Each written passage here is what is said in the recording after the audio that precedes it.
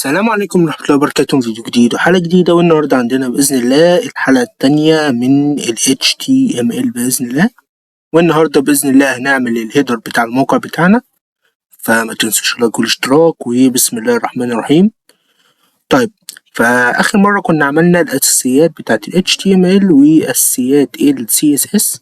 خلينا نطلع فوق كده أساسيات. تمام. فالمفروض إن الهيدر بتاعنا هيبقى بنفس الشكل ده، المفروض. تمام. هيبقى بنفس الشكل ده بس في الموقع بتاعنا هنا. طبعا الموقع بتاعنا دلوقتي مفيهوش حاجة، فالمفروض إن احنا بإذن الله هنعمل نفس الهيدر هيبقى ده اللوجو أو اسم الموقع هنا وهنا الأقسام، ولما أقف عليها يتغير لونها من لون للون تاني بإذن الله. فبسم الله نبدأ. بسم الله الرحمن الرحيم. نبدأ نكتب أساسيات الهيدر بتاعنا. فبسم الله الرحمن الرحيم، هيدر بالشكل ثم انتر، ثم هنكتب href بالشكل ده، وهنسيبه فاضي او هنكتب ماشي، هنكتب مش مشكلة. وبعد كده هنكتب الكلاس بالشكل ده، اللوجو. ماشي، ده اسم الموقع اللي هيكون مكتوب بإذن الله. فهنقول ان نوعه لوجو، نوع النص اللي احنا هنكتبه لوجو، وهنروح قافلين بالشكل ده وكاتبين اسم الموقع بتاعنا في الحتة اللي أنا واقف فيها. فأنا ممكن أنسخ الاسم بالشكل ده، كنترول-C، وأروح جاي عامل كنترول-V هنا كده بالشكل تمام. وبعدها أروح عامل have أو النافيجيشن اللي هي الأقسام. تمام، الأقسام اللي أنا هعملها اسمها نافيجيشن هنا فممكن أروح عامل nav. ماشي، كده أروح كاتب كلاس ماشي يساوي navigation، وهروح قافلها بالشكل ده. وعشان هاجي تحتيها بقى هنا هعمل 3 أقسام. تمام، أي حاجة اكتبها تحت ناف هنا هيبقى هي دي الأقسام اللي أنا هضغط عليها. فبسم الله هنيجي نكتب أول قسم اللي هو بس عايز سبيس شويتين كده. أول قسم هكتب href بالشكل ده، والكلاس ماشي، كلاس هيساوي الاسم بتاع القسم، وليكن مثلا كورسز. تمام. بعد كده هروح قافل بالشكل ده، واروح كاتب اسم القسم تاني كورسز بالشكل وهروح مكرر السطر ده 3 مرات كمان. فهروح واخده كده بالشكل ده واروح عامله 3 مرات كمان. بس عايزك بقى ايوه، لا ثواني. وهنيجي من تحتيه نفس الكلام هنا نروح عاملين الشكل ده. تمام، خليهم بس تحت بعض بالشكل ده، وهنغير هنا هنخليها ميديا هنا ماشي بالشكل ده. فكده ظبطنا ال HTML في السريع. طبعا سلاش ناف ديت هتبقى موجودة بعدهم في الآخر. فهنعمل كنترول-S عشان يسيف الموضوع ده، ونروح نرستر الموقع بتاعنا اللي هو المفروض المثال اللي احنا هنعمله. ايوه، معرفش ايه اللي حصل. ماشي، ده المثال اللي احنا هنعمله، الموقع بتاعنا اللي احنا بنشتغل عليه. فالمفروض بسم الله لما اعمل ريستارت، حلو اوي، ظهر لي بالشكل ده. يبقى احنا كده تمام. طيب، هنروح بقى دلوقتي للCSS. CSS هو الحكاية كلها، وهو الديزاين كله، هو الديزاين بتاع الهيدر كله وبتاع الموقع كله. فبسم الله هنيجي هنا وهنبدأ نظبط الهيدر بلون الأول. فهنكتب هيدر بالشكل ده، ونروح فاتحين قوس زي ده، وبسم الله هنكتب الباك جراوند كولر، ونختار لون وليكن اللون ماشي. هنحاول نعمل نفس الألوان بتاعت اللي هنا بالظبط، نحاول نعمل نفس الألوان اللي هنا. يا عم خلاص يا عم، في إيه؟ استهدى بالله استهدى بالله استهدى بالله. ماشي، نحاول نعمل نفس الألوان اللي هنا بالظبط على قد ما نقدر في الموقع هنا اهو. طيب، بعد الباك جراوند هنروح جايين كاتبين إن الويتس، ثواني عايز أكتبها بس بشكل أفضل. ويتس بالشكل ده، وهنكتب إن هو 100% كده اهوت، 100%. كويس أوي. طيب، وبعد الويتس هنيجي نعمل البوزيشن، والبوزيشن ديت هتبقى فيكسد. طب ايه هي البوزيشن دي او ليه فيكسد؟ بمعنى اصح دلوقتي لما يكون في شوية حاجات وانا بنزل لتحت، تمام، عايز لما انزل لتحت الهيدر ده يكون ثابت وما يختفيش، فانا بخلي البوزيشن فيكسد عشان كده. تمام تمام. طيب الزد اندكس هنخليها اعلى رقم ممكن، مثلا وليكن 1000. تمام. بعد الزد اندكس هنعمل لا ثواني، اهدى. الديسبلاي خليها فليكس عشان يعني يبقى المنظر بتاع الموقع حلو، او الرؤية للموقع تبقى حلوة، ماشي، عشان ما تتعبش العين برضو. طيب، وبعدها هنكتب تاني البادنج بالشكل ده. البادنج ده اللي هو قد ايه بين النص، من يعني قد ايه مسافة فوق النص وتحت النص ويمين النص وشمال النص، فهنخليه 10 بكسل.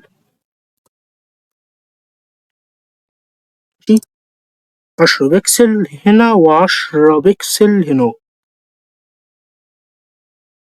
10 بكسل هنا. تمام جدا، تمام جدا. طيب، بعد البادنج هنعمل justify content هنخليها space between عشان يبقى اسم او اللوجو الموقع في ناحية والاقسام في الناحية التانية. فالمفروض ان احنا كده ظبطنا مبدئيا شكل الهيدر، بدأنا نظبط شكل الهيدر. فالمفروض ان انا لما اجي هنا هو ده الموقع اللي انا بشتغل عليه واعمل ريستارت. نسيت اسيب، الله اكبر عليا، نسيت اعمل كنترول سيف بالشكل ده، فطبيعي يعني ان هو مش هيعمل حاجة، فعملنا سيف ونيجي نرستارت تاني. شوفوا هو مش نفس اللون مبدئيا. آه هو ايه ده؟ بالظبط؟ محتاجين نظبط الوان. طيب، فالمفروض ان احنا لما نعمل سيف بالشكل ده واجي هنا يكون اللون ده اتغير. حلو اوي، اللون ده اتغير. طيب، هنكمل زي ما احنا وندخل على بإذن الله اللوجو. ندخل نظبط اللوجو. اللوجو هنكتب دوت لوجو، نشتغل على اللوجو وهنروح عاملين القوسين دول ونبدأ نشتغل. فأول حاجة بسم الله، تكست ديكوريشن. تمام، مش عايزين احنا اي ديكوريشن فهنخليه نون، ماشي، عشان ما يحطش خطوط او حاجة تحت التكست نفسه بتاع اللوجو. تمام. تاني حاجة الكالر بالشكل ده. انا كنت عامله لون ايه. نيجي للمثال ونشوف ان انا كنت عامله دوجر بلو. كويس جدا كويس جدا، دوجر بلو ماشي. فممكن نكتب دوجر بلو ماشي، عشان انا عايز اعمل نفس المثال بالظبط، بس انتوا عادي تقدروا تغيروا الالوان. طيب، التكست ترانسفورم بعدها نخليه upper case عشان الحروف بتاعة النص أو بتاعة اللوجو تبقى كلها كابيتال. والفونت ويتس هنخليه 700، يبقى الفونت ويت الأول نخليه 700. فونت ويت، هات الفونت ويت خليه 700. تمام عشان نظبط الأبعاد بتاعة النص. والفونت سايز هنا هوت هنخليه مثلا 1.8 EM، أو هنخليه 2 EM، خليه 2 EM. ماشي 2 EM. طيب يعني ايه أصلا EM ديت؟ الواحد بيساوي 16 بكسل.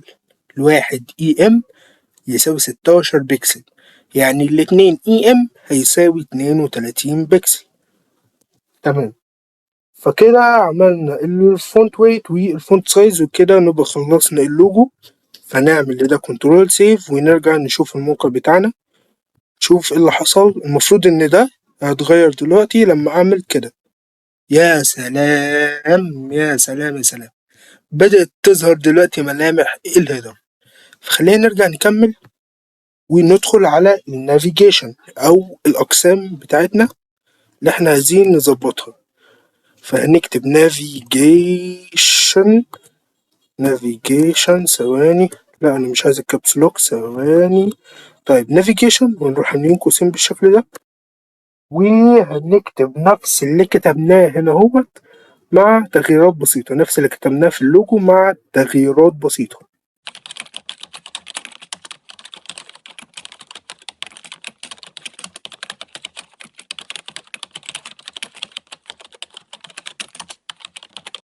طيب فأنا كتبت تقريبا نفس الحاجات اللي هنا مع تغيير لون الكولر. تمام. بس الكولر لأ، الكولر أنا عايزه برتقاني. كولر معلش هنخليه طب هقول لكم حاجة عشان يعني يبقى الشكل حلو.